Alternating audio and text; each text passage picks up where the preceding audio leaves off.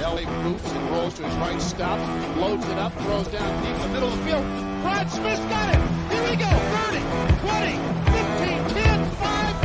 Rod Smith, Denver, touchdown. Inside the 10, head first. He flies on the 5-yard line. On to that first down. I tell you what, if you want to tell me the 37-year-old man that's going to win this game. The Broncos have been in 3 overtime games this year. This time is in the left and stick. Got it right to the 30, to the 20, Thomas to the 10. Denver's going for it. First play of overtime. In the pocket is Duke. Ball knocked out of his hands. It bounces around. And I think Denver's got it. Von Miller again. Wilson fires. Caught. Touchdown. Sutton. His second of the day.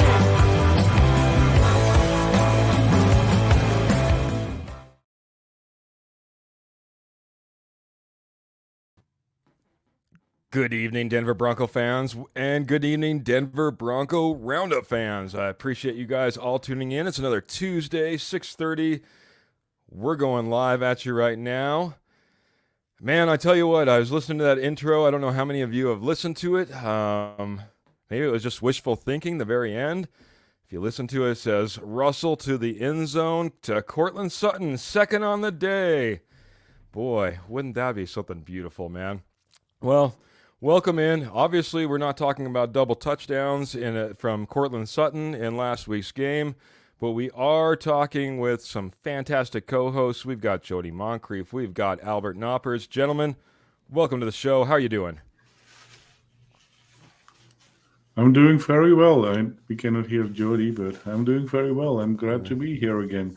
Good evening, everyone. Doing well. Doing well. Jody's snow blowing his way out from another storm, it sounds like. He was just jumping in here on the nick of time.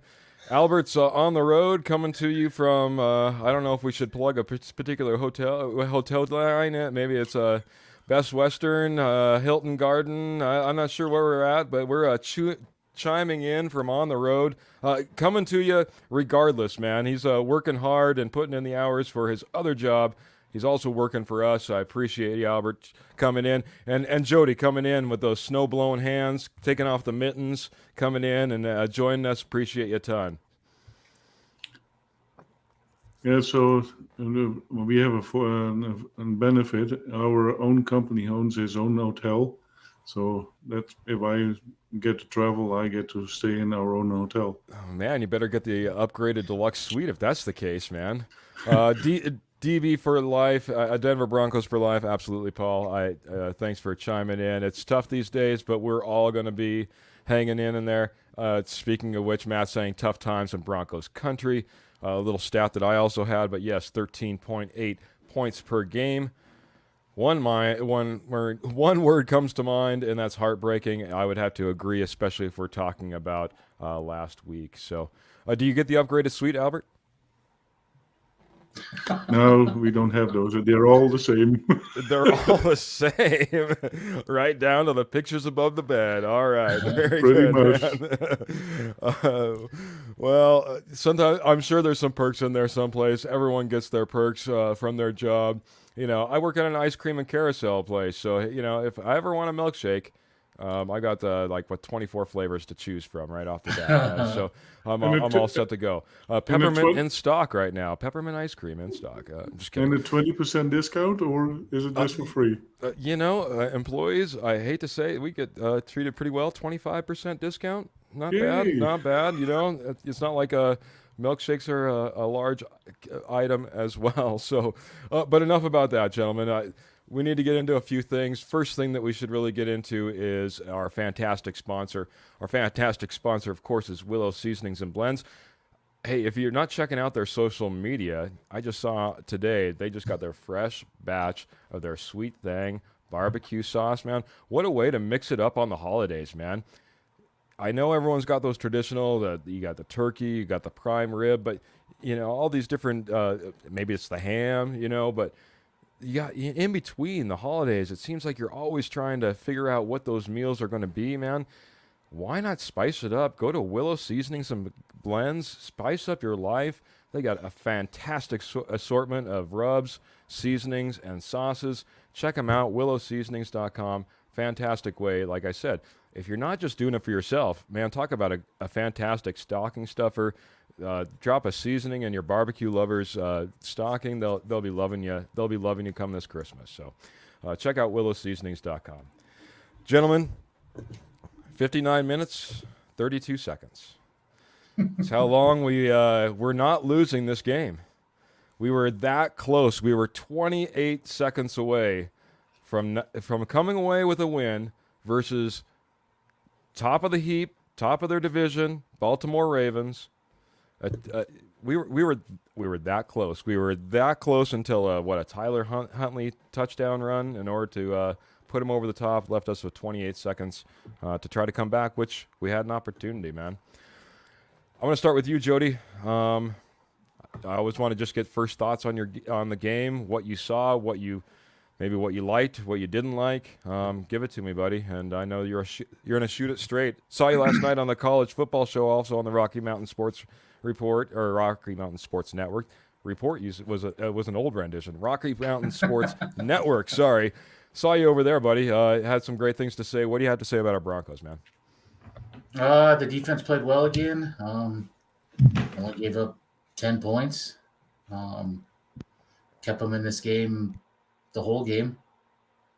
I've seen some, I guess, a little bit of good things from the Broncos. I mean, from Russ, I like the one play action rollout. I mean, he needs to do that more. I like the scramble at the end. He needs to do that a lot more. But it's the same old, same old. I mean, we never got in the red zone once. We shoot ourselves in the foot. We can't run the football. It's just not good on that side of the ball. It's funny. I saw the Rocky Mountain Sports Report said wash, rinse, repeat. Sounded familiar, but that being said, it very much felt that way, man. Like you said, it was a great showing by our offense, our defense, up until the last little segment. Sorry, I got a little bit distracted. I don't know why. I just started glancing around at some of these other cameras on the screen. So our defense, looked pretty dang good. Offense once again struggled, but I got to get to this guy on the screen next because I don't even know what we got going on here. Got something on our head, Albert. Hopefully, and by the way, Facebook user evening to you as well. It's good to see you. Appreciate you guys always chiming in. Questions, comments, have them at the tip of your tongue and on the tips of your fingers. Type them in the keyboard. Albert, what'd you see? What'd you think? And what's on your head? It's my little Santa head. Well, it's a little bit tough to tell the brim and maybe it's the headphones. It doesn't fit with the headphones. Yeah, there you go, buddy. But it's my okay. Yeah, from what I thought is I don't blame the defense. You cannot stay 100% good if you play in the field so much. You cannot keep it up, and offense always stays a little bit fresher. Even though they are longer in the field, they stay fresher. You cannot keep it up. I don't blame the defense. Might have been a little bit of a miscommunication, but that happens if you get tired. So I don't blame it. What did you say again? Once wash, rinse, and defeat. Oh, very well played, buddy. Very well. Yeah, golf clap all the way around, man. Wash, rinse, defeat is exactly where we're at, man. So yeah, the pretty much the season is over. There's not much we can do about it. Hopefully, we'll get some highlights out of the game coming up.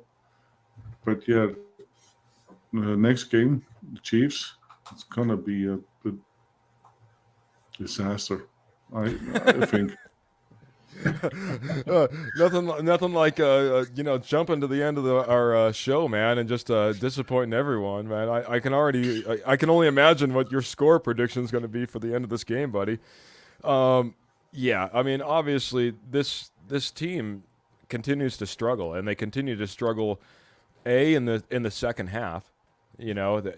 Throughout this entire season, that's been an ongoing issue with this team. They cannot adjust in the second half.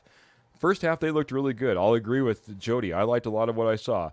We came out in 12 personnel. We came out in 13 personnel. We were run heavy. We were playing off the play action. We were bootlegging out Russell Wilson. We had opportunities of guys coming open in the flats, some of which we caught, some of which we didn't. Cortland Sutton, that was his one target that he missed and then end up leaving the game. Once again, cannot get a game where we can keep Cortland Sutton and Jerry Jeudy on the field at the same time, it seems like.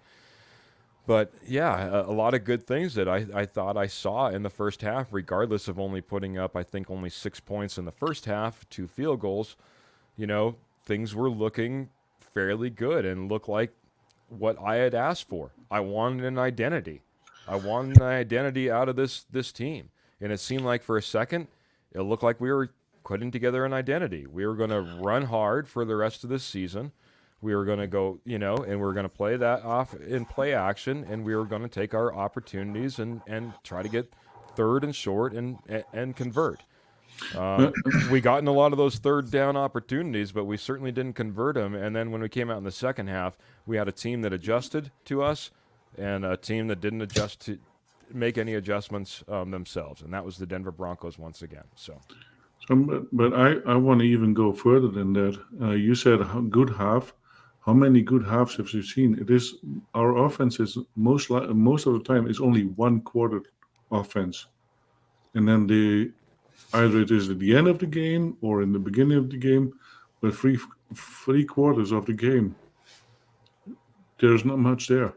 I wouldn't even give him that, Albert. Quite honestly, I think in the first half we're able to get into field goal range, and in the second half we're not. That's really all I see, and sometimes that's, maybe we break open a touchdown or we're lucky enough to get in, but for the most part, I just feel like that's all I can expect out of this offense. That's all I can expect. Kind of getting back to a couple of things you guys said, I don't blame the defense, but I guess what? I blame the coaching. I blame the coaching for going down the stretch. That is a coaching situation. That is what you do, in training camp. That's what you do in practice. You practice for those moments. You have to be ready for those moments. Patrick Surtain once again gave up a huge pass interference play on this drive that really set up this entire drive. There was 2 penalties for what I think 38 yards. They said. Completely flipped the field, but that one by Patrick Surtain, that was a game changer. That put them in position right there. They were already in position for. It was just I don't know. It was disappointing all the way down the stretch, and a lot of it has to do with coaching, in my opinion. Jody, I'll let you take the mic and give your 2 cents, maybe on what I said. Do you agree? Is this just continues to be a coaching issue? But because the defense does have a little bit to blame, just kind of really falling apart on the last drive versus a second-string quarterback. Yeah, I've said it for a while now. It's coaching. When they want to blame Russ for trying to beat Drew Brees. Well, how come when Kubiak's in the game, he can get under center? Yeah.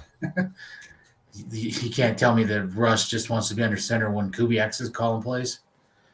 So it's a coaching thing. I don't see Hackett adjust at all. I don't see any fire from Hackett. It's the same thing after every loss. And I have not – he has yet to want to try to go for anything. Even in the first game, we're just going to settle for, a 65-yard or whatever it was. We don't go for 2 4th and 1s right on the verge of getting in the red zone, and we going to kick field goals. I called it from the right then. I said, we're going to lose this game. It doesn't matter if you lose 10-6 or if you lose 10-9. What does it matter? You need to try to score. Field goals is not cutting it. Yeah. It's funny because the very first game I thought they were kind of going hero ball sometimes, but then got really conservative. But that hero ball is gone. It's gone. They don't go for it hardly at all. I agree with you there. And during, They gotta find something other than Dulcich. I mean, he's been their only playmaker. Where has Sutton been? Where has the other wide receivers been? Why don't you play Virgil? I mean, he is just as fast as Hamler, and you don't play him. I mean, he's basically lost his job to Johnson, who got cut from this team and on the practice squad. It doesn't make any sense. Why is Alberto not playing? He can run and catch. Yeah. This isn't a blocking thing. Greg Dulcich can't block, so. Good point, Albert. You were going to jumping in here. yeah, and I lost my train of thought. So It's all right, buddy. Those coaching things continue to. I agree with you. I don't understand some of the roster moves. Why we're moving people up and down. Why some guys are starting. Why they're not. It's been perplexing. 100% perplexing to me. Like you said, whether it's the wide receivers who are getting playing time, whether it's the tight ends who are getting playing time. I will say, hey, they utilized Dulcich well in this game, and he looked to be in the right position. Obviously, if you're playing like a 13 personnel, like they said, 3 tight ends, 1 running back, it allows him to be the wide receiver like tight end in that group. But 6 for 85 yards, he was the standout. He was the guy who I guess went off in this game, if you were going to say so. Albert, it looked like you caught your train of thought there, buddy. yeah, and I heard Hackett say, "Oh yeah, we are going to set it up for the big play. We're going to set it up for the big play. We are waiting for the big play." But it starts with the basics, and if you don't have the basics under control, you're missing Hamler because he was always good for the big play. Yeah. And yeah, Judy was on a snap count. and so Cortland Sutton goes out. it doesn't work. Jody is completely correct. It is about coaching, and Hackett is not doing it. So there we go. I'm not saying he doesn't coach his guys up, but he doesn't make any in-game adjustments, and it's the same. We're going to continue to try to put a square peg in a round hole and eventually hope it fits. We don't adjust at all. I don't know if he coaches his guys up that well, Jody. I'll be completely honest. I mean, again, we talk about the same things. If we want to bring Hackett's own words to the table, every week we're talking about how we can't convert on third downs, how we're behind the sticks, how we have to score more points. These are, like I said, if we're talking about third down conversions, if we're talking about your terrible production in the red zone, these are things that you concentrate on practice. These are the things that you should be really, really good at. And as like a lot of people said, I think it was Nick Ferguson on the postgame show, on the Denver Broncos postgame show, they practice. You have a huge handful of plays for third and short. That's where you want to be. You want to have a bunch of great plays for third and short. Well, guess what? This game we had third and short all game. All game. We had it third and ones, third and twos, third and fives, third and fours, things that we just could not convert. And that's for me. This is all getting down to coaching. Hey, at the very beginning of the season, you rewind, you go back to episode 1 of the Denver Bronco Roundup, to episode 3, episode 5. I don't care. I was the guy that said we need to stay the course. Hackett's going to get it. This is all going to come together. Everyone's jumping ship too quick. Man, I'm telling you what, man, this ship might as well be burning behind me, and as well as a big old hole in the hull, because I'm jumping off, man. I'm swimming for shore at this point, man. I just can't wrap my head around it. I don't understand why they don't get better. They're not better in the second half. They're not better in third down conversions. They're not better in the red zone. We did not get in the red zone once. We didn't get in the end zone once. How are we getting better? Where's the track of improvement in offense? There is none. There's absolutely none. And then in the beginning, they also had the big talk. We are going to coach to the players' strengths. I don't see that. It's not there. It's not there at all. Well, they haven't And coached. They haven't coached to Russ's strength at all this year. exactly. And not the only thing that gets a benefit of it is Dulcich. He's the only one who gets the benefit of it. Are they playing to his strengths? Probably, but he is the only one, and everybody else is minor. Yeah, Uh, I agree. They got Washington. They tried to get Washington a little bit more involved in this game once again. Didn't quite work out the way they wanted it to, but trying to use them in a little bit speed option type of play. But agreed. Hey, I want to get to a couple of comments that are coming in.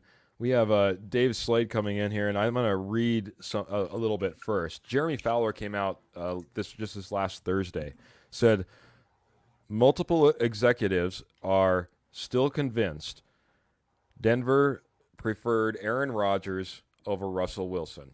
Quote unquote, Aaron Rodgers, I could understand giving up that sort of package, but not Russell. Denver did not have any familiarity with the player or his fit in the system, and he's a declining, aging, smaller quarterback, quote unquote, from an NFL executive. Dave was asking, jumped to comment. What does it say about Hackett that Aaron Rodgers decided to stay in Green Bay and not follow him to Denver, kind of in that same vein? Albert, I guess I left you on the screen while I said all this, so I guess I'll jump to you first. What are your thoughts? Does this surprise you at all? And secondarily, my question that I really want out of this, what would this offense look like if we were able to get Aaron Rodgers rather than Russell Wilson? I think there's no difference. There is no difference. If Aaron Rodgers of Russell Wilson is not fitting the system, if you don't create a system that fits Russell Wilson, are you going to create one for Aaron Rodgers? I think Hackett might be a good assistant coach, but as head coach, he will fail miserably. He's failing miserably, and that would have been the same. You don't for think Aaron he would have Rodgers. just tried to pull his entire playbook basically with Aaron Rodgers and everything that they did just into Broncos country and try to run that? Would that not have worked, or do you think they would have had to? Do you think Hackett would have just had to get his hands in there and tinker and try to come up with something new, as something that would also fail like this experiment has? Most likely, but we have seen it the last year too. How many games that Aaron Rodgers was not up to par? They only scored 3 or 4 points in the system that they already had. So I don't think it would have mattered if Aaron Rodgers would have been here, or let's call it Tom Brady. It would not have mattered if the coaching is not done correctly. It doesn't matter what type of playbook you have. All right, man. Albert's thoughts, Jody's thoughts, your thoughts on this, buddy. Are you surprised that NFL executives are thinking that this was all a big play for Aaron Rodgers? And B, do you think Aaron Rodgers would have solved issues here in Denver compared to Wilson here? No to both. I said from the very beginning, I thought this was a gimmick hire to bring Rodgers in. What had Hackett done ever to warrant what everyone thought was supposed to be a quarterback team away from competing for a Super Bowl? What has he done to warrant being the leader of that team? They tried to lure Rodgers here, and it failed. They just failed for 2 years, and now we're stuck with what we have. Honestly, I should have given you a lot more credit. I just wanted to jump on screen and say so, because here's the guy that has been calling this, like you said. I said rewind to week 1 of the Denver Bronco roundup. I think our very first episode that Nathaniel Hackett was hired, Russell Wilson was brought in. I think you called it right off the bat. You said, I don't think this is what they wanted. I think Nathaniel Hackett was a play to get Aaron Rodgers, and I don't think this is what the plan was to begin with. I 100% give it up to you, because I don't know how many people were on that train. I know there was a lot of speculation, but you were certainly calling it out pretty early on this, bud.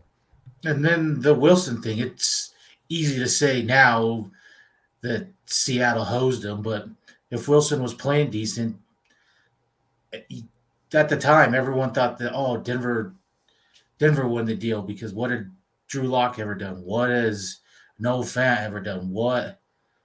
Look at the draft picks that they've taken in the first round. Half of them don't pan out. So it's easy to say that now. Do I think Russ is washed? No. Does Russ need the right coaches? Yeah. And does Russ need some humble pie? Yeah. He needs someone to come in here and you're not getting an office, Russ. You're going to mingle with the boys in the locker room. You're going to run what I tell you. You're going to do some of the stuff. Yes, we're going to fit stuff around you that works. But this, if really Russ wants to be Drew Brees, you have seen it's not working. You want to play 10 more years in the NFL. It's not going to be like this. Very true, man. So, I mean, they gotta find a leader that can can humble Russ a little bit. You know, reports.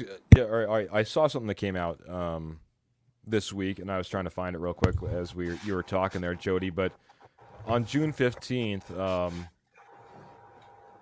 Russell Wilson's personal quarterback coach announced his retirement from his radio job in Seattle to come to Denver and full-time be his his personal quarterback coach, something that he pays for out of his own pocket, not the Denver Broncos.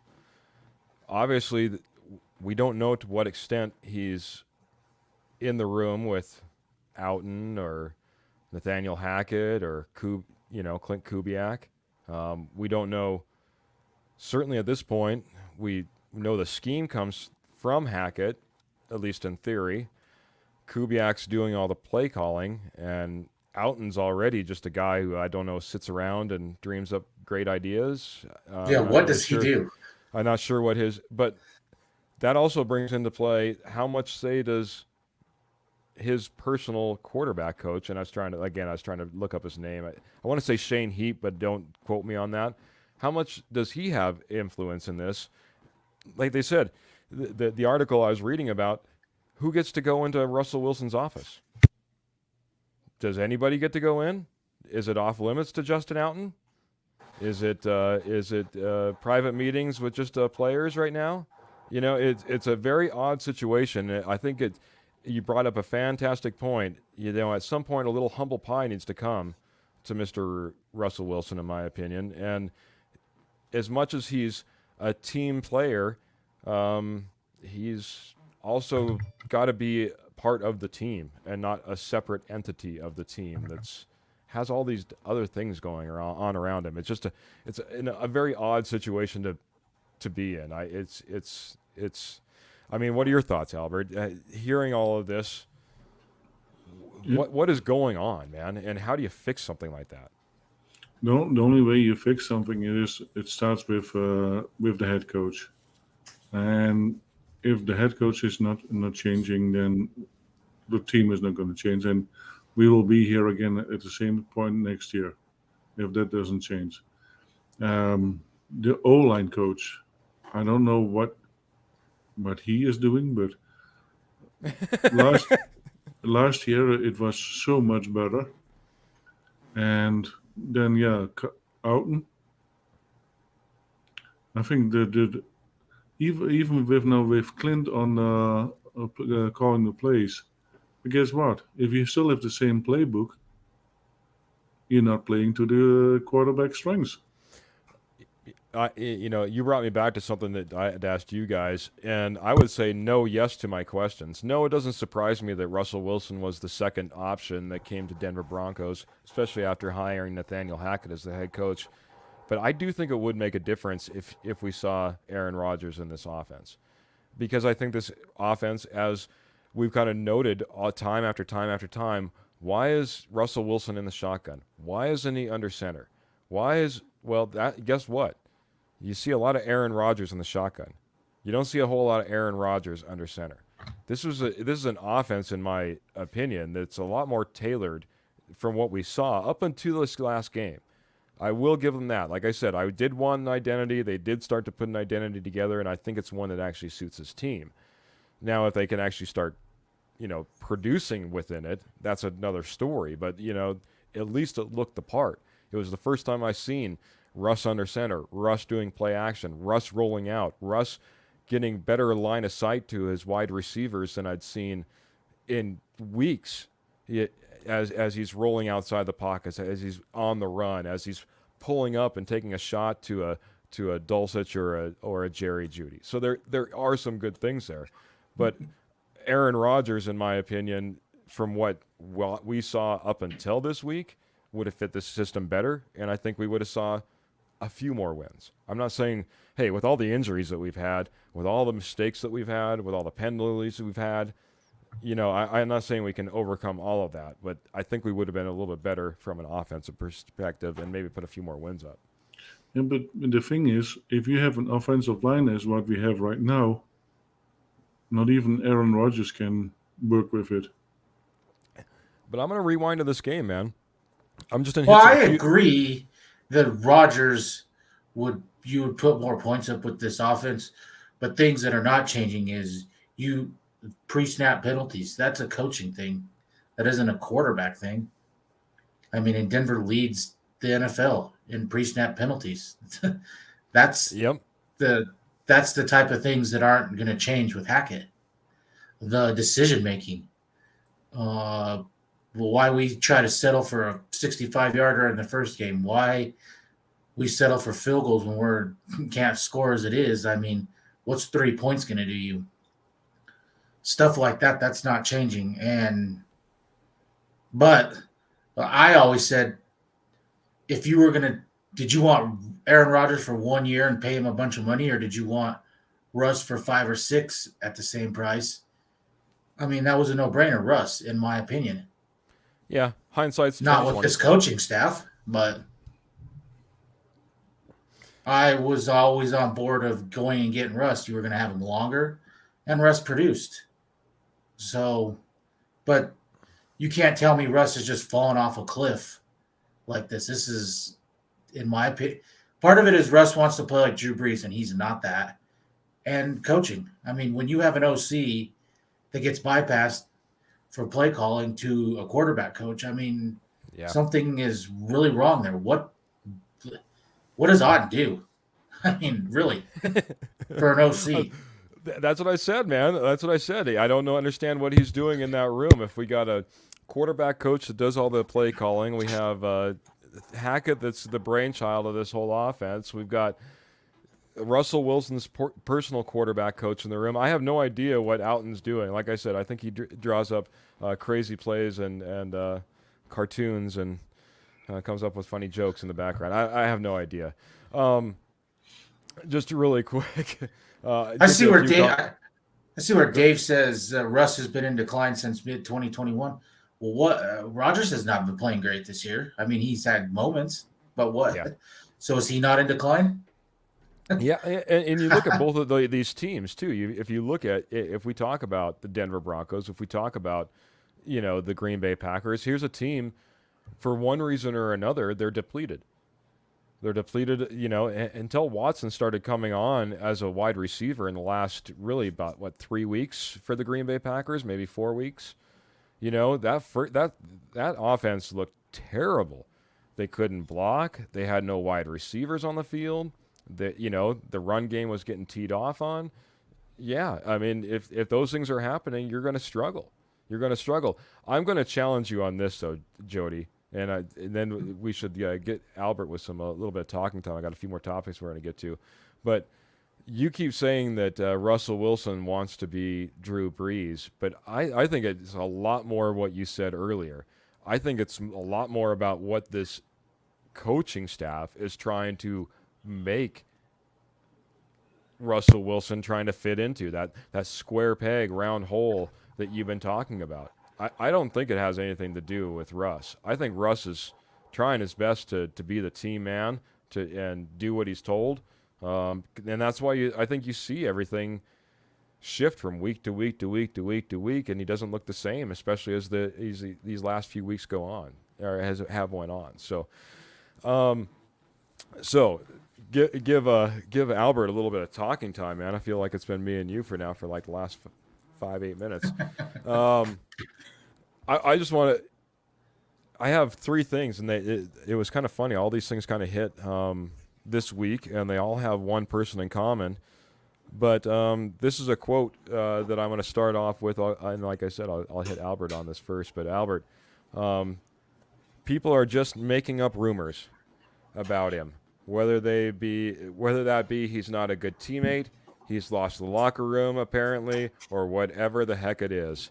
That was Mr. Dalton Reisner on Russell Wilson. Do you think that Russell Wilson has the locker room, is a team player, you know, people that are showing up to his birthday want to show up to his birthday, you know? Or do you think it's the opposite? Do you think Reisner's trying to be the company man himself? No, Russell is a team player. There are a lot of rumors going on. We have seen it in the beginning of the year. He calls all the offensive players to his own home, pays for lodging and that kind of stuff. No, he wants to be a team player, and I think there's a lot of bad blood going on because the offensive line doesn't protect him the way it should be. And guess what? Yeah, you really get on an island because you're getting hurt, and then you get mad at the players. I think it comes almost naturally. If you're not satisfied with the offensive line or with the team that's going on, and or players not catching the ball, it comes. But yeah, I do not think that team is, or that Russell is methodically being a non-team player. Very good. Jody, Reisner was, I believe, on KOA this week, if I remember correctly. Hopefully I'm not reporting that correct. And he said he was really disappointed because he's played 4 hard years now for the Denver Broncos, and he knows the results haven't always been there, but he's played through injuries, and he has no contract extension talks as of yet.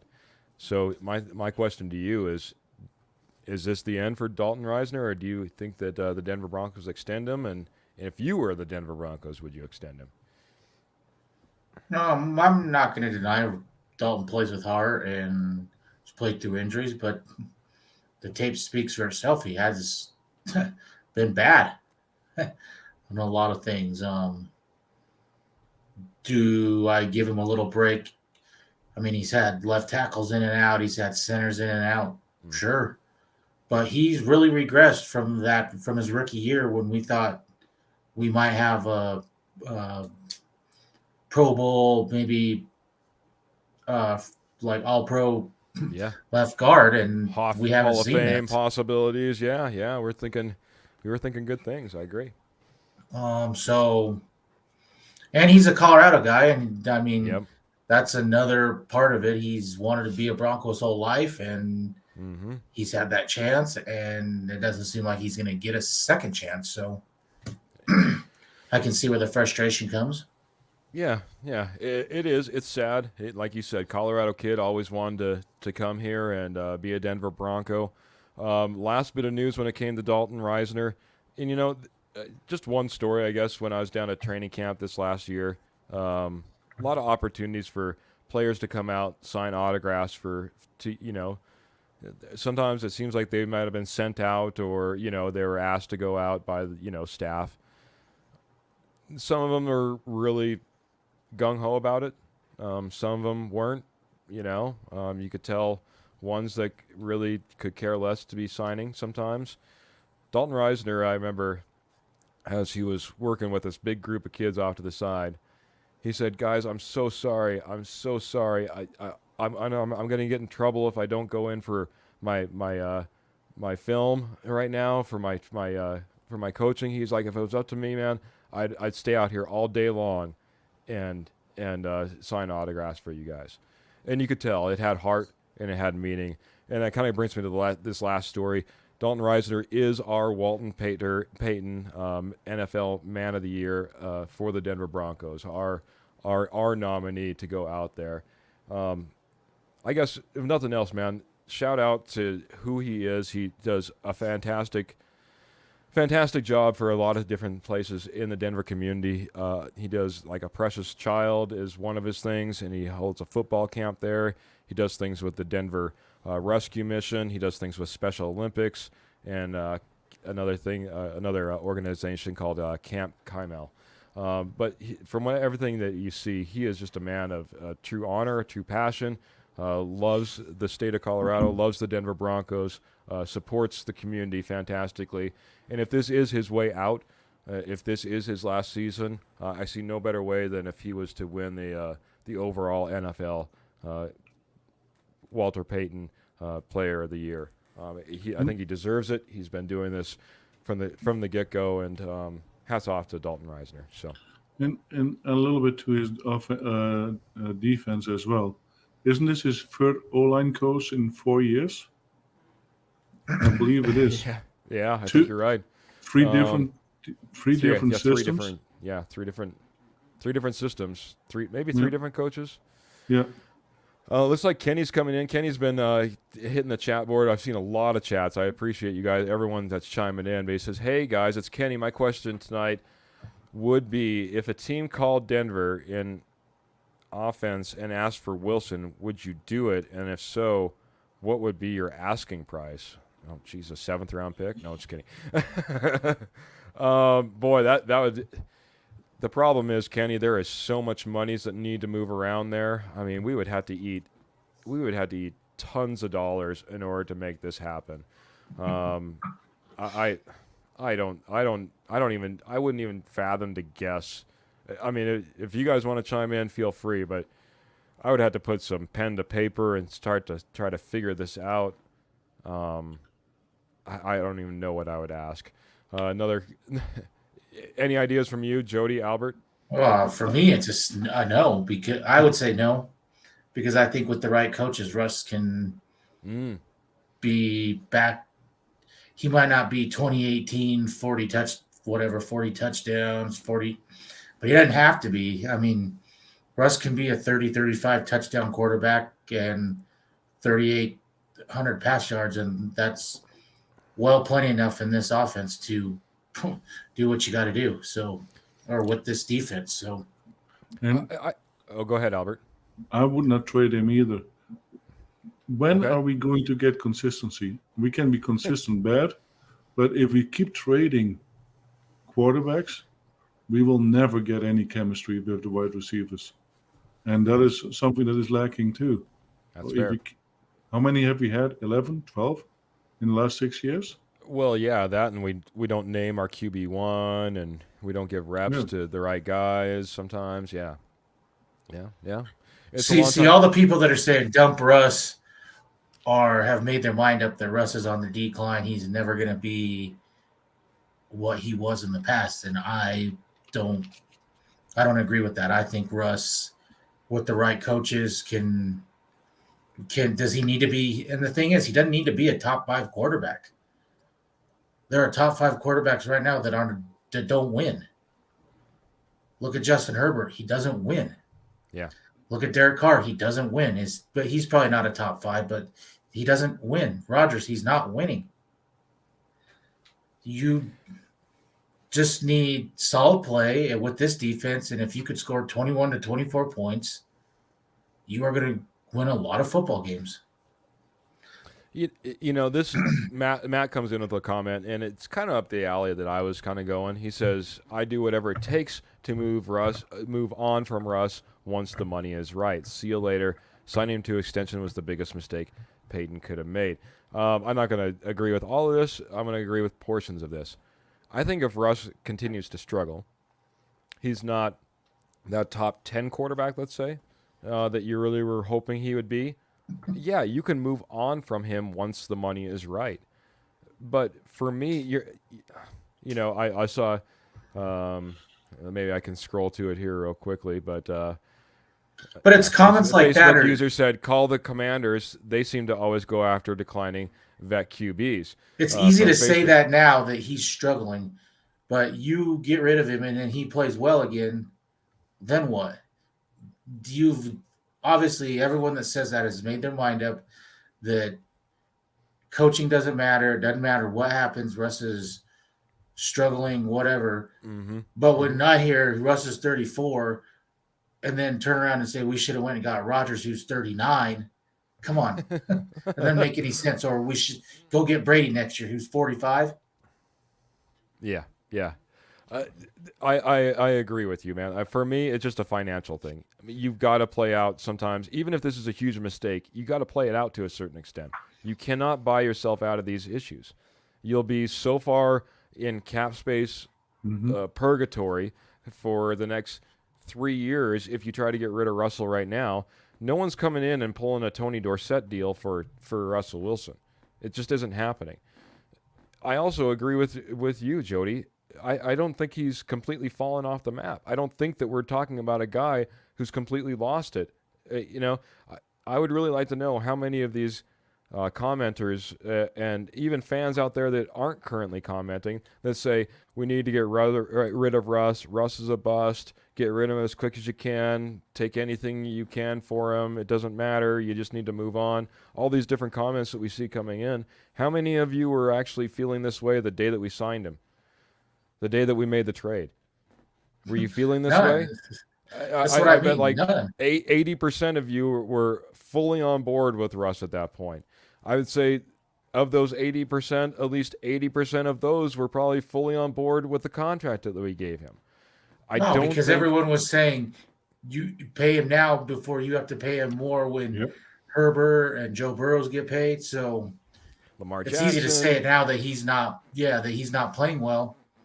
But you built everything around Aaron Rodgers and didn't get him, and then you were screwed, basically, really. Yeah. Because Russ is not a 3-step drop and throw as soon as his third step, throw to receivers. He's never been like that. You don't have an offense but you have an offense that's like that. So yeah, Russ is not that quarterback. And it doesn't work for Aaron Rodgers either if the wide receivers are not getting free, and that is at the moment a big problem too. Yeah, we would. I think you make a good point.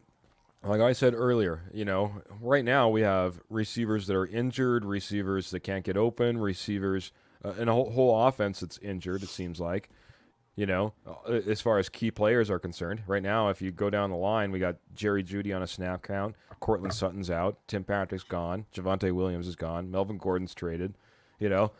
No wonder Dulcich is your star guy. Who else is it going to be, for crying out loud? But that being said, what if Aaron Rodgers was here? Is Aaron Rodgers a 2-time MVP to a bust? He completely fell off the cliff? I wouldn't believe that any more than I believe that Russell Wilson's fallen off that same cliff. You've went ahead and you put Russell Wilson with a coach that was supposed to be coaching Aaron Rodgers. It's his first time coaching. He's got an offensive coordinator who's his first time offensive coordinator. You've got Clint Kubiak, who's the most experienced guy in the room, trying to put this all together. And you got injuries galore and the whole 9 yards on top of it. So, yeah, Right. I don't think this is a Russ situation falling. And I don't off the wanna cliff. say And I think that a lot this of people is- just need to calm down on that, I guess, rhetoric. The I don't only think Russ, that you're feeling the same way. the only Russ doesn't play hard on offense. It's 2 plays. Jerry Jeudy, as soon as he catches that one pass for the first down, or right there, he falls to the ground right away. I watch Dallas game. CeeDee Lamb down around the goal line. He tries to run over a dude to get in the end zone and flexes on him after he tries to run him over. Jerry Jeudy doesn't do that. There's a difference in watching guys that are trying to get the extra yard and guys that don't do that. This isn't all Russ. This has been a coaching thing. Vic was focused on the defense. Hackett's lost. You haven't had the right coaches here. And maybe this was a sabotage too from the Broncos. Splitting Aaron Rodgers and Nathaniel Hackett, that was a winning combination. Splitting them up. Now they both lose. Boy, man, conspiracy theories all over the place. You make me sound like my big conspiracy theory is they send Josh McDaniels out to the AFC West every now and then to completely destroy us, and then he's going to continue to go back to the Patriots. But Gentlemen, something's got to change.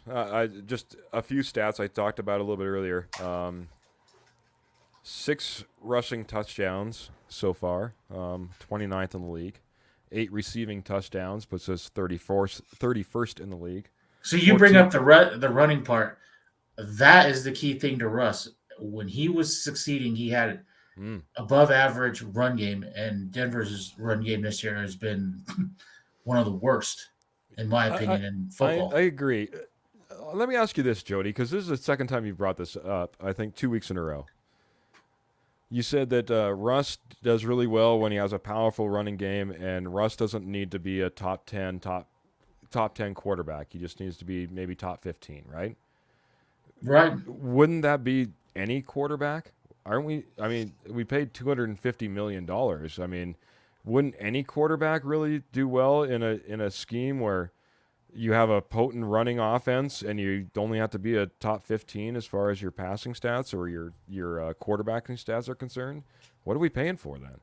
Sure, if you go just off of stats, but if you late games, you need a quarterback that can drive you down the field and put you in position to win. Okay. I mean, you could take someone like a Mike White who has put up big numbers the last couple of weeks, but when the game's on the line, do you want somebody that you can go out there that can avoid the rush and make a big play? And I think Russ has proven that he can do that. That's why you paid Russ. Okay.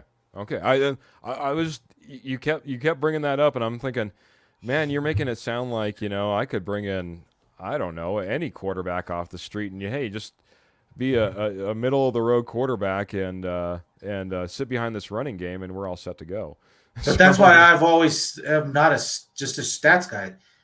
Herbert, 50 touchdowns last year and didn't make the playoffs. And everyone wants to say, well, their defense was trash. Staley's a bad coach. Well, what is Hackett? Right? I mean, for as much as I think Seattle, I'm not a Pete Carroll guy. It was one of those things. You have to run the ball, Russ, because you're not a throw the ball 40 to 50 times a game quarterback. You're not that. I agree. Dave, man, I'd like to know what your thoughts were on Russell Wilson as we made the trade. One thing I just want to rewind just one little bit, and then we'll get on to maybe the end of our show and kind of looking ahead, guys. But we missed out on Aaron Rodgers, as Jeremy Fowler is saying. A lot of executives are saying that was our choice. That's who we were going after, and Russ was a second option possibly. If we missed out on Aaron Rodgers, how would you have felt if we would have just stuck where we were at with our quarterback situation for a year? I would have given Luck another opportunity to see what he can do for a year. We wouldn't have done much worse than we are right now. And so I would have given, because I do think that Drew Luck has some potential there, but not with coaching like we have seen this year. Because right now, Hackett, I think, will destroy any quarterback as it is with the team that we have, with the coaching staff that we have. Any quarterback will not work here, and with a different, I think we need to see a real coaching experience here that has been a head coach before and can do it, and that's where we need to be. How about you, Jody? What's your thoughts, man? We miss out on Aaron Rodgers rather than going down the Russell route. We stick where we were at with Locke for another year. Obviously, Teddy was probably gone, but we stick with Locke, bring in maybe some experience behind him, and ride. What are your thoughts? I don't know that you've just seen blunder after blunder with Hackett. There's nothing about this offense. There's nothing that he's done that I've said that's something that I want to keep him around for. Oh, I agree with Hackett. I agree with. I'm just saying this last year, man. I'm talking about now. Locke. Yeah. I was never a big Lock guy. I mean, all the people that said that he won the QB battle, I don't agree with that last year. I thought Teddy played just as well. So I was never really on board with Lock. There were guys out there that Denver could have went and if they weren't going to pay that kind of money, go get Kirk Cousins. You can laugh. Go get Jimmy G. Jimmy G wins football games. I don't care what anyone. He doesn't put up the flashy numbers, but he wins football games. Like Super Bowls? So none yet, but he's been to one. But I mean, did he win it? No, he did not. I'm just giving you a bad time. But so, but I like last year though. Like Dave says that he wanted to go draft a franchise guy. Then you have to be really on board of you should have taken Justin Fields over Pat Surtain, really. Or who was your franchise guy you were going to go get last year? No, I think this was my thought, right? You go out, you hire Hackett, you're trying to get Aaron Rodgers. Aaron Rodgers says, "No, I ain't coming." Right? It seemed like some of the rhetoric around these executives it was kind of a panic move. Need to go get a quarterback. Went out and got Russell Wilson. If you would have just stayed put for another year, said, okay, we're going to put these other pieces around, we'll go ahead and we'll sign this guy, bring in Randy Gregory, whatever else you're doing, for the rest of the season. Have our draft exactly like you had it. And then next, play out this year with Locke.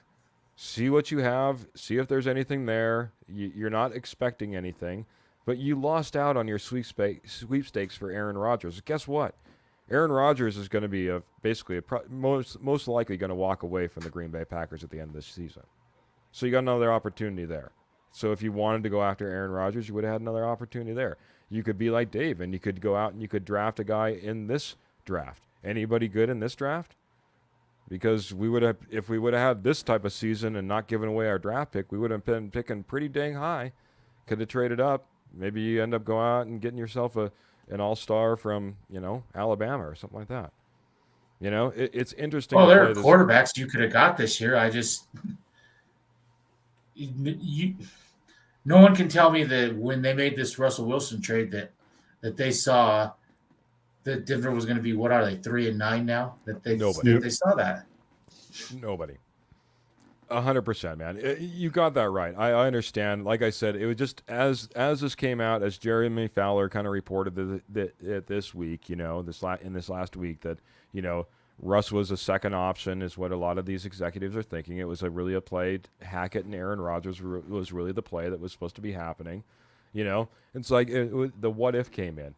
You lose out on Aaron Rodgers. What if you just don't go for Russell Wilson? What if you just play out the season with Locke, and then you look at all the draft picks that we gave up and the whole 9 yards, and you could go out and you could try again as Dave wanted. I always wanted to keep Locke and keep our picks and draft a franchise guy. Well, if Locke wasn't your guy, you could go out and you could try again in the draft rather than going after Russell Wilson. It was just a thought, man. How about you, Albert? Do you like that? Oh, I already talked to you about this. I'm sorry, man.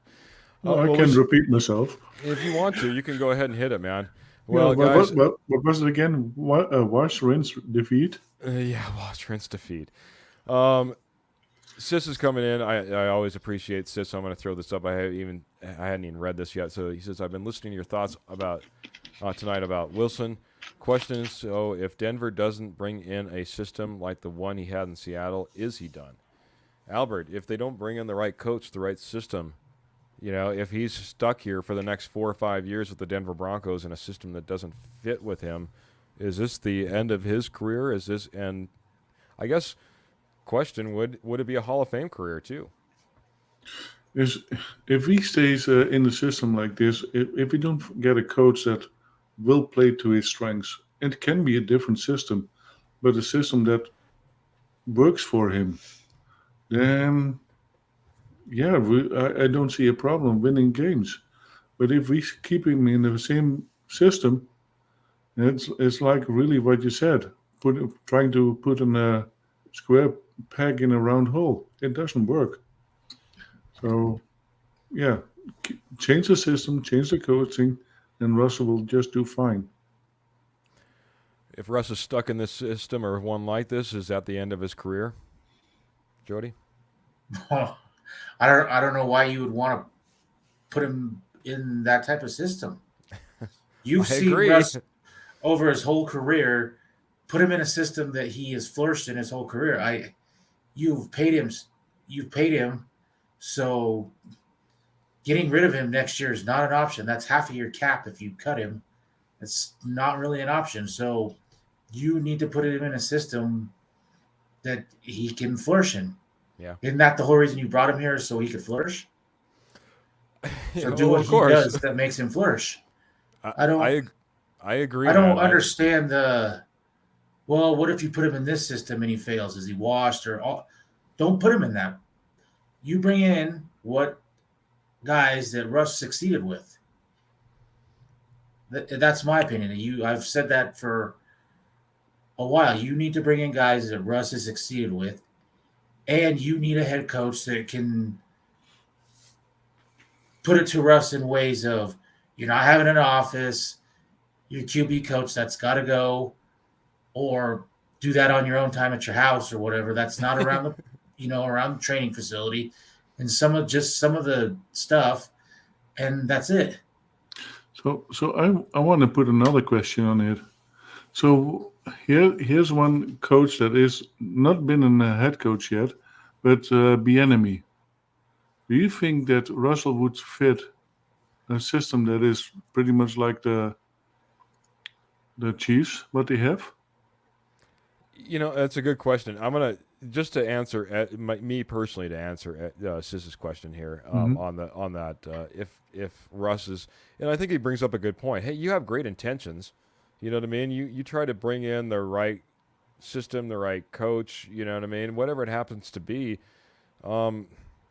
It's great to say bring in the guys he's comfortable with and the whole 9 yards. If you can't come to contracts talks and negotiations on the right guys, if they don't want to come to Denver, if they think right now this is a disaster, if this is a dumpster fire, I don't want to come to that.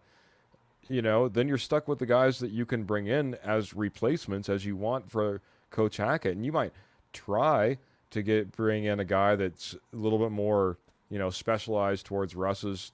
But if you can't get the guy, as you said, it could be tough for Russ. You know what I mean? It could be a long road. It could be kind of the end of what we knew of Russ. We might see. There is the possibility, gentlemen, that if we don't get the right system, the right coaches, this thing heading in the right direction, and quite honestly, if we get some excitement so that you're getting the right free agents coming into this team as well. I mean, right now we're in a place of decline. We could see 3-4 years of just, mediocre to bad Russell, and then he leaves. I see a lot of people's. One of the comments was, hey, he's a $250 million quarterback. He should be a top 5. Yeah, I understand it's like a top 4, top 5 salary this year. Guess what? Next year that's going to be like 9.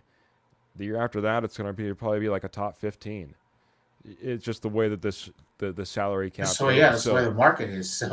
So yes, I understand that right now this year he should have been versus his salary playing at a lot higher level. But there is light at the end of the tunnel. We just have to kind of play this out in a few different ways. He says the question was like the one in Seattle, not any system. I'm not sure if I understand that. You guys picking that up? Yeah, I think he needs. I think he's asking if he's not in a Seattle system, is he washed? I guess my answer to that is why even put him in that position? There are guys out there I think you can go get. You may have to overpay, but you can go get him. You have deep pocket owners now, and you can go get the guys that make Wilson feel comfortable.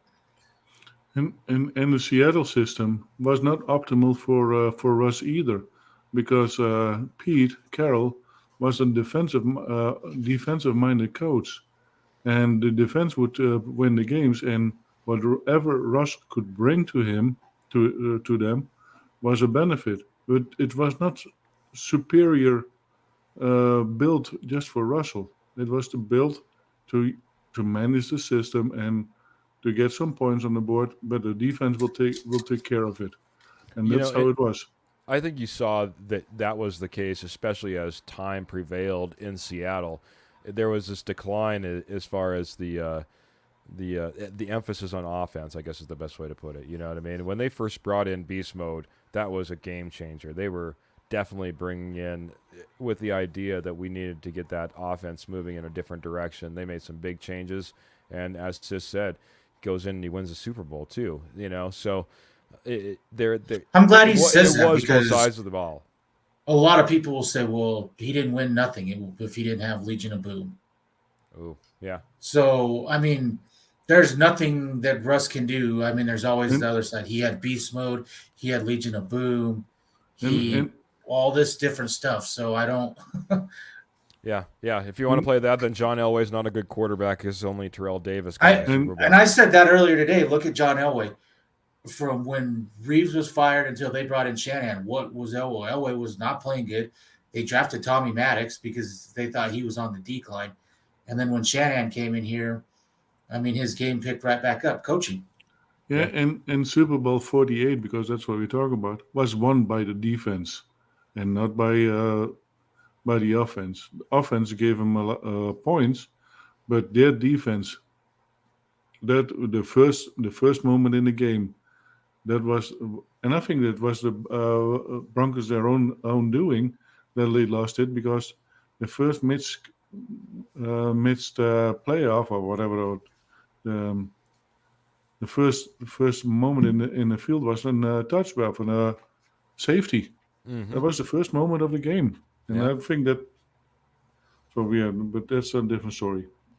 I'll agree with Kenny there when he says that they had an elite defense there. Denver has an elite defense here. That's what I was just about ready to jump on. But what does Denver lack that Seattle had? An elite run game, and this run game has been trashed since Williams got down, and that to me is something that no one brings up is the run game with Russell. Yeah, I mean, I like you said, what Kenny said is right on. A common denominator was while Russell was in Seattle, the defense was top 10 for many of those years. Hey, we're already sitting here. Like you said, we're top 5 this year. We were top 5 last year, or top 10, I know. Top 5 this year. You know, we're sitting in that position. Why aren't we sitting with a Super Bowl or in playoff contention or in the playoffs like year after year that they were in Seattle? I don't think it's because Russell Wilson fell off the cliff. Again, it's this offense. It's a scheme. I don't think it's just the running game. To be honest, I think the only thing that's really been wrong with the running game is A, we have a guy that we have no faith in that was fumbling the ball, and B, we weren't committed to it. We weren't committed to a run game. If we were committed to a run game, then we would have saw a lot better play action, a lot more open up in the run in the passing game. Heck, there were games that we were going out and we were throwing all over the place. We wouldn't even, we'd completely ignore the running game almost in the second half. Yeah, and with some of those fumbles, those would have been score-changing games, game-changing scores. So that would have been wins. So we could have been 7-8 or whatever, 7 and 5, something like that. Heaven forbid we actually scored 18 points in every single one. But if you look at we would have been sitting at the top of the heap.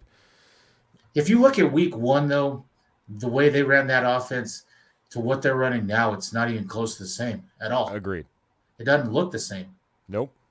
And so why? Something has changed there, and I don't know something. But, I mean, they put up 400 and some yards of offense. I mean, 2 fumbles at the goal line. You're scoring 30 points. Yeah. We can't even get in the red zone now. Yep. Something has changed.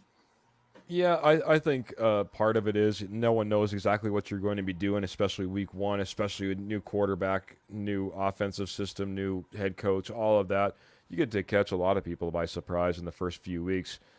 But quite honestly, that system that was implemented in week 1 is the same one I saw tail off in the few weeks after that. And then next thing you know, I wish I had a bunch of straws, because it seems like that's what we've been doing. We've just been grasping at straws each and every week. whether it be who's, whether it be the actual game plan, who's calling the plays, you name it. It seems like it's been chaotic in the last few weeks. But I will say again, if there was any identity I want to stick to, it's the one that we actually have this last game. Kenny just coming in saying the running game is, in my opinion, what's hurting. Javonte and Gordon preseason was top 5 in the league. Javonte getting hurt and Gordon release definitely hurt the Broncos offense. 100% I agree with man. that. 100% agree. I'd like to answer Albert's question though about Okay. Eric Bieniemy. That's intriguing to me because Pat Mahomes, they claim, couldn't read a defense, and they got him where he threw 50 touchdowns and won an MVP, the league MVP. So something there where he couldn't read a defense, and he openly admitted that he didn't know how to read a defense when he got to the NFL. Yeah, that's true. And they were getting 50 touchdowns out of him. So if Russ is not this stand in the pocket Drew Brees type, what did they do with Patrick Mahomes to get him to throw 50 touchdowns? So I are think- you? I know that you have, like a favorite as far as a head coach, but would you be in favor of looking at Eric Bieniemy then, Jody? I'd have to dive more into it. I don't know if that's an Eric Bieniemy or if that's a Andy Reid. I don't know.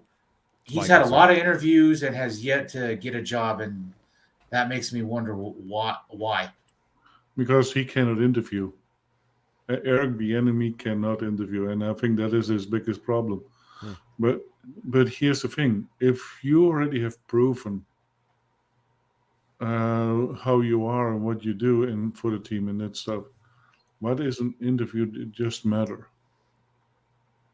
In this case, your qualities have already shown what you can do, and I definitely think we will be better off with Eric Bieniemy than with Hackett.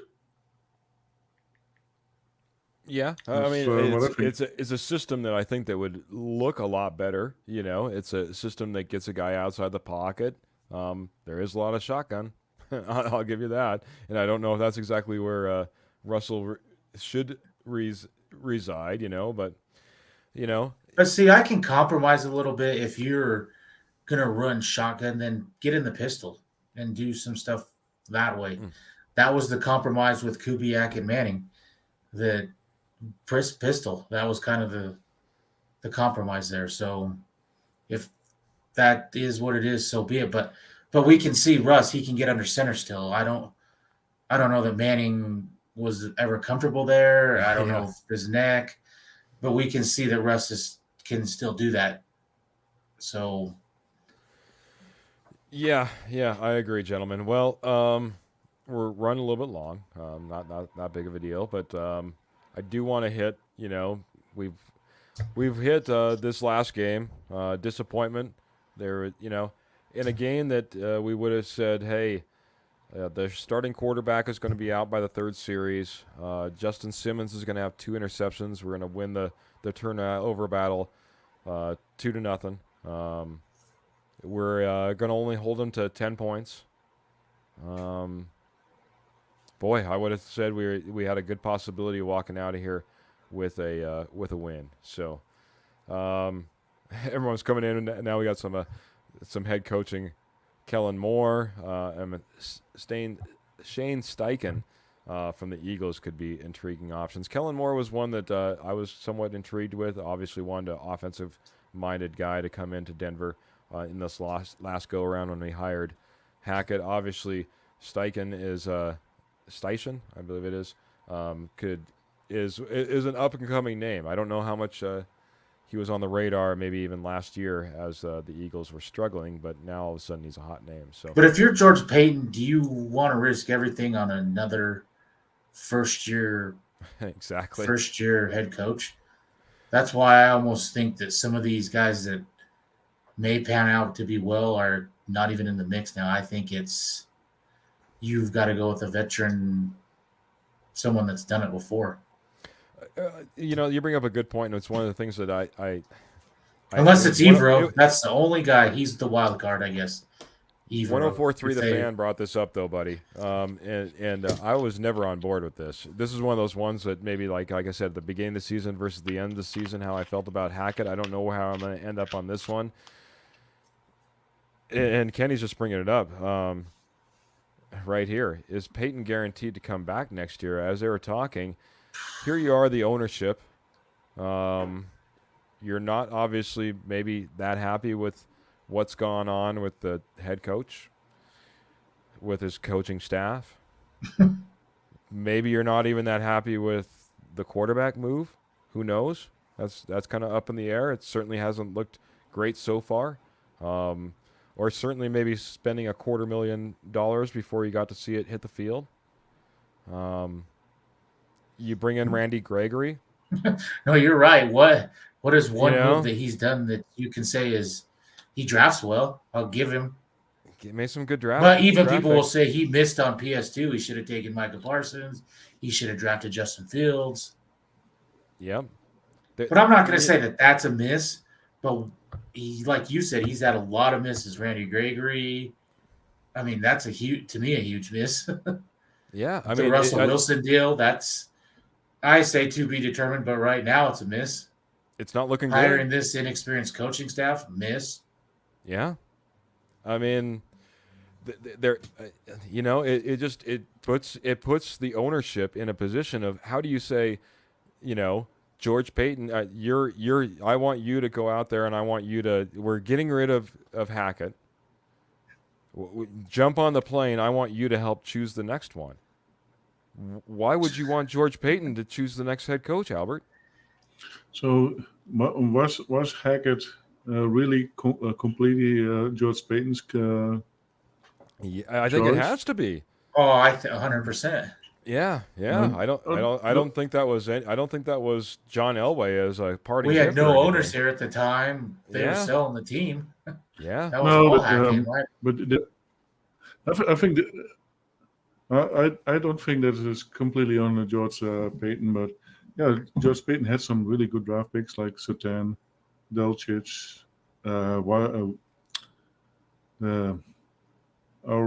Montreal.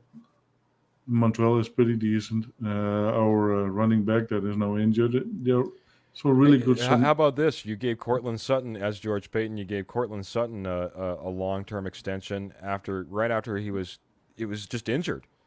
He was injured at the time. And where is and what kind of production has he put up this year? And where is he at right now? He's injured. You gave Tim Patrick a big long-term extension. He's injured now. I mean, these things trying to stack up against George Payton, and it's really tough. When the thing with injuries, I think, and that has been a problem now for the last 4 or 5 years, and that is Landau. I think Landau has a big part of in all the injuries that we have because they keep racking up. Okay, if it's Landau, who's in charge of making sure that our strength and conditioning is all set up? It's got to be your general manager. I mean, I understand that you don't want to be the guy that's micromanaging and telling the guy that picked this staff, hey, but at some point you're in charge. You were the guy until we had owners. You were the guy. Mm-hmm. And I heard something interesting. He claims that he had all these offers over the years and turned them down. Why was that? What was so intriguing about coming to the Denver Broncos off of 5 losing seasons or whatever it was, no quarterback? Why did you pick Denver? No owners, nothing. Did he really have all these offers and turn them down, or was this the first one? I mean, if you had all these offers, you can't tell me that when he came here, Denver was in this great position. That's fair, man.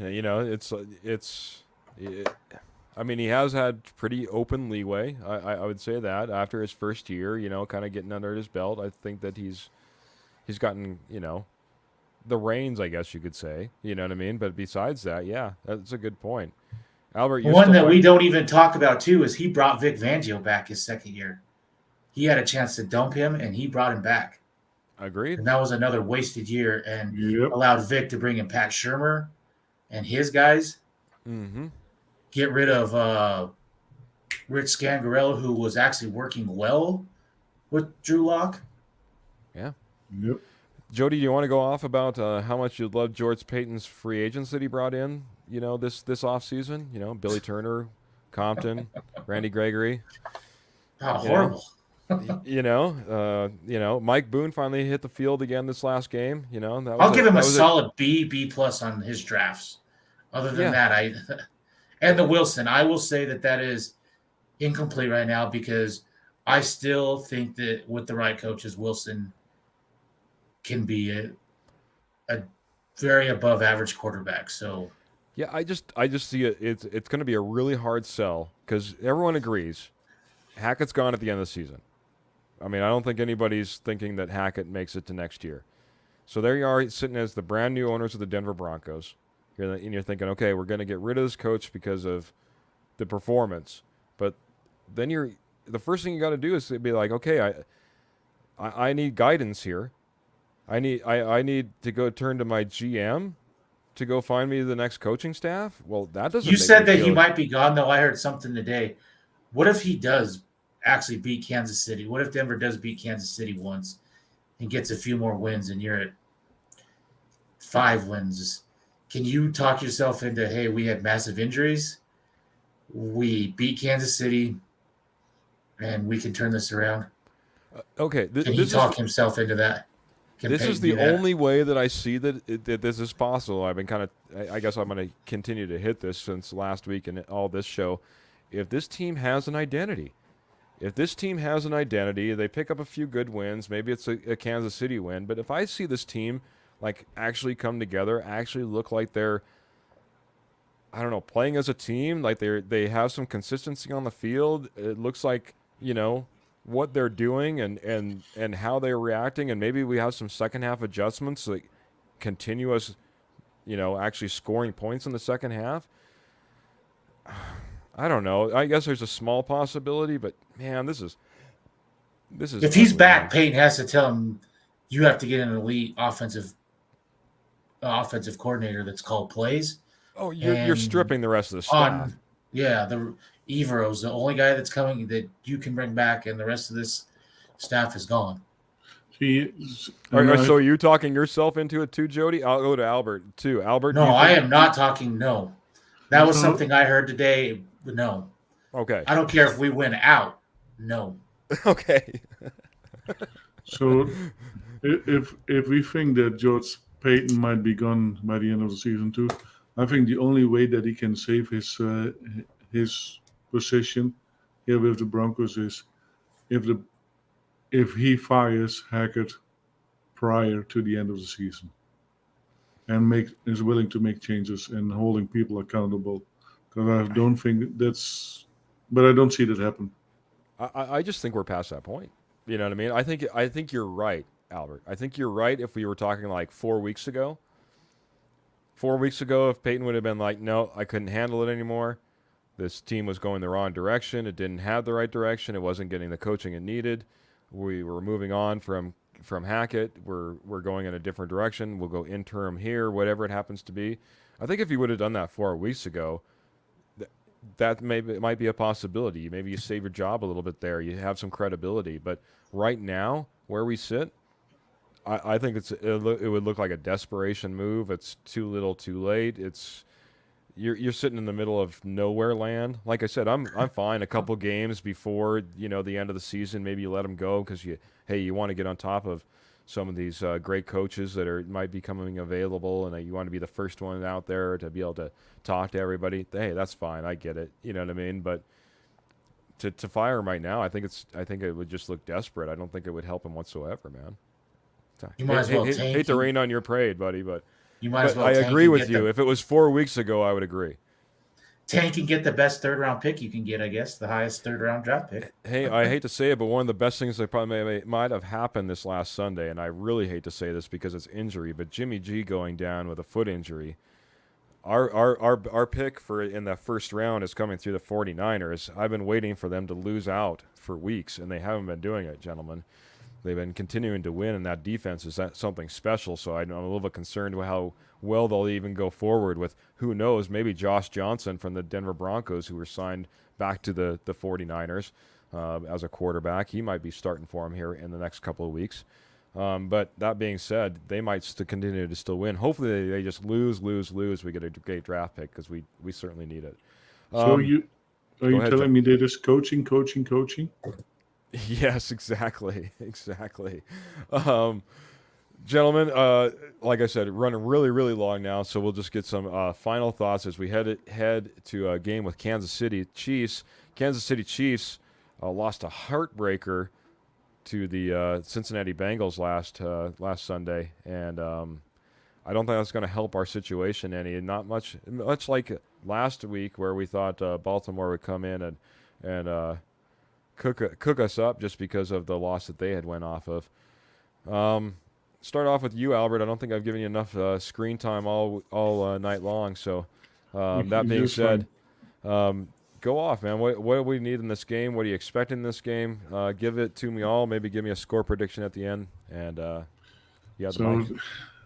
I don't see a big change in our offense coming up, unless somebody put a firecracker somewhere. But other than that, I don't see our offense changing. Our defense will do the best they can again. Maybe at the end we'll have one of those mysterious slip-ups again. I think it's going to be a low-scoring game. So that's what I think about it. But I don't see much hope for Broncos winning here. Yeah, I don't. Like I said last week, until they give me hope, I'm no longer going to put that false hope in them. Jody, what are your thoughts on this game heading in, and give me your overall idea on the game. Just don't get embarrassed. That's my only thing.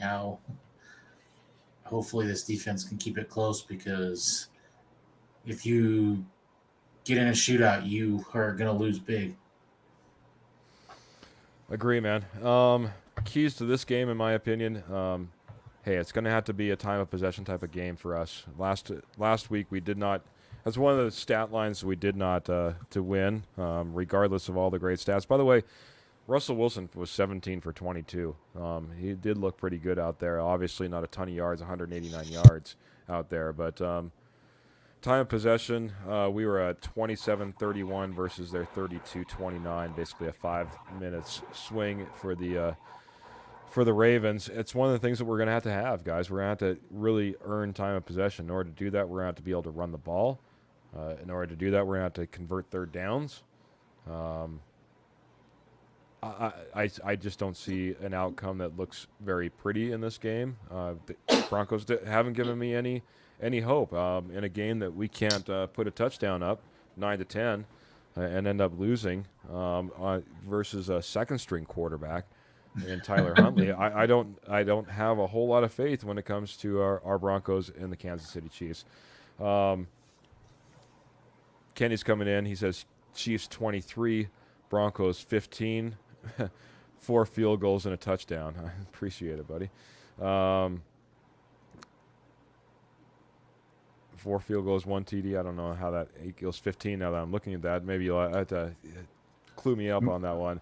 17.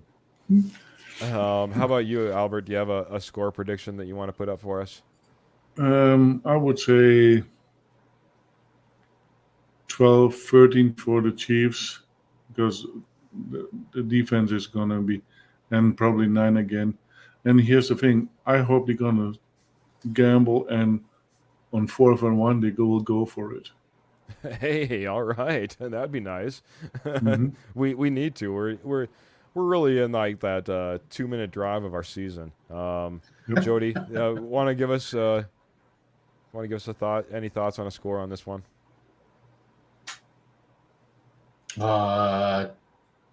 24-10, somewhere in there, maybe 31-10.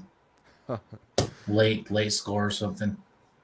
Well, you're thanks a lot, buddy. You throw out 2 scores. Of course, one of them was my prediction. So, 31-10, man. I don't expect the Broncos to be competitive in this game. I don't think that we're until that identity is proven out that I've been asking for, and it's actually successfully proven out, I should say. I think it's going to be a struggle. I think this Kansas City team is just too dang good, and if this offense can't get off the ground for the Denver Broncos, and heaven forbid we have a turnover, 31-10 I think is very, very doable. Before I get out of here, gentlemen, I didn't talk about sponsors a whole lot. Obviously, we're always brought to you by the Rocky Mountain Sports Network. Got to check them out.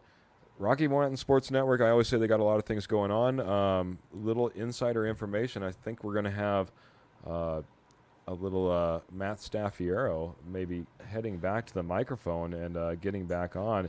And he's going to have a surprise co-host. I'm not going to even tell you about that, but check that out. They'll be a fantastic show. Talk about a lot of different stuff, I'm sure. But like I said, growing programming. Got the No Huddle that's been going on. Obviously, Jody was even on last night in a little impromptu bowl edition of that. All your news and notes, YouTube, Facebook, Instagram, you name it. I got to give another big shout out to Willow Seasonings and Blends. Love those guys. Got to take care of them. They're a Colorado veteran-owned, Bronco Lovin'-owned, Blue Ribbon-owned company. Go check them out, Willow Seasonings and Blends. WillowSeasonings.com is where you'll find them, and hopefully you can still get your orders in and get your stocking stuffers for Willow Seasonings as well. Albert, any closing thoughts getting out of here before you retire to your hotel room?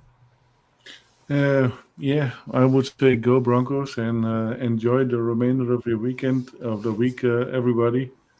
Stay warm and safe, and hopefully let's hope that we have an enjoyable game next Sunday. Jody, final thoughts, buddy? Just don't get embarrassed. And hopefully we can maybe see a breakout game from this offense. Agreed, buddy. Agreed. My final thoughts, first off, thank you for all the commenters, all the people who chimed in, all the people who watch, view, listen, subscribe, follow, share, all those wonderful things. The Denver Bronco Roundup, a passion of mine, and Jody and Albert come in every single week, giving their all. I really appreciate you guys as well. So fans and co-hosts alike, thank you guys so much. It's a holiday season, so hopefully like you guys kind of mentioned, stay safe, stay warm. I want everyone back here every week, and hopefully like you guys are, as Albert mentioned, hopefully we're back here next week with a surprise. Hopefully I'm wrong. Hopefully that score is flipped. Hopefully it's 31-10 for the Broncos. I've been waiting for that 30-point game. They still owe me one. So from all of us here, from me, from Jody, from Albert, to all of you in Broncos country, we love you. Thank you very much. We're going to get out of here. Thank you much for tuning in. Join us next week, 6:30, always on Tuesdays. We're out of here. Yeah, I'm